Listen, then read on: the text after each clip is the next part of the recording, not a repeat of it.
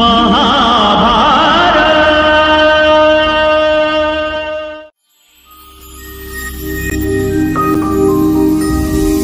दोस्तों, आज हम वेद व्यास जी द्वारा लिखी बाल महाभारत कथा का 30वां अध्याय 7वां, 8वां और 9वां दिन पढ़ेंगे।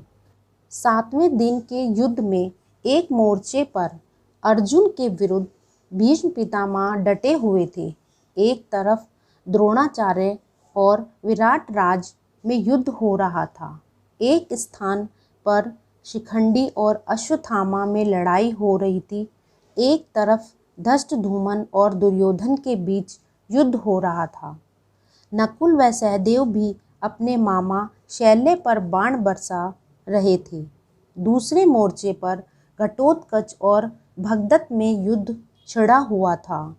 युधिष्ठिर का श्रुततायु के साथ युद्ध हो रहा था, जबकि कृपाचार्य और चेकितान एक अन्य मोर्चे पर लड़ रहे थे।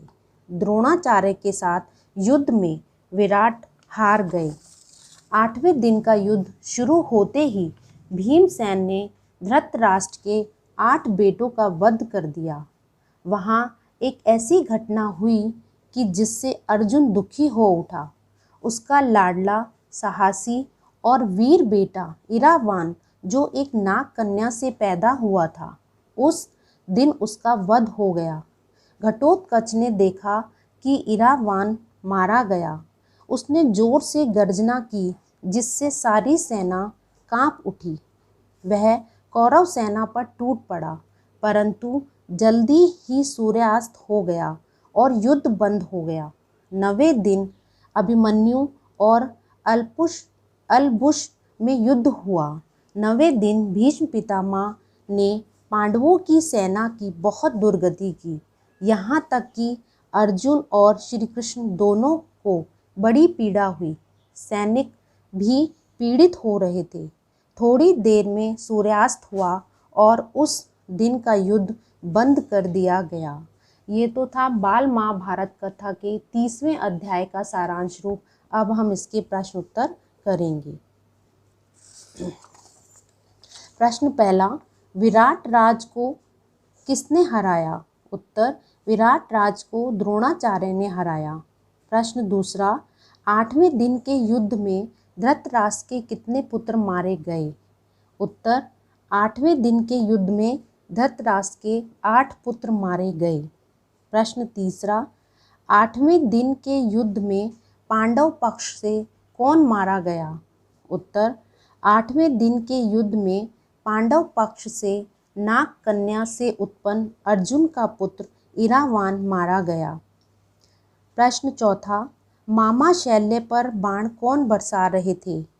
उत्तर, मामा शैल्य पर बाण नकुल व सहदेव बरसा रहे थे।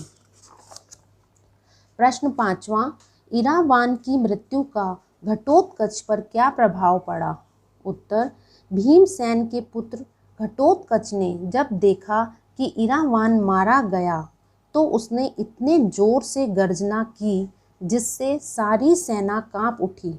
उसके बाद वह कौरव सेना पर टूट पड़ा और घोर प्रलय मचाने लगा। प्रश्न छठा, 9वें दिन किनके बीच घोर संग्राम हुआ?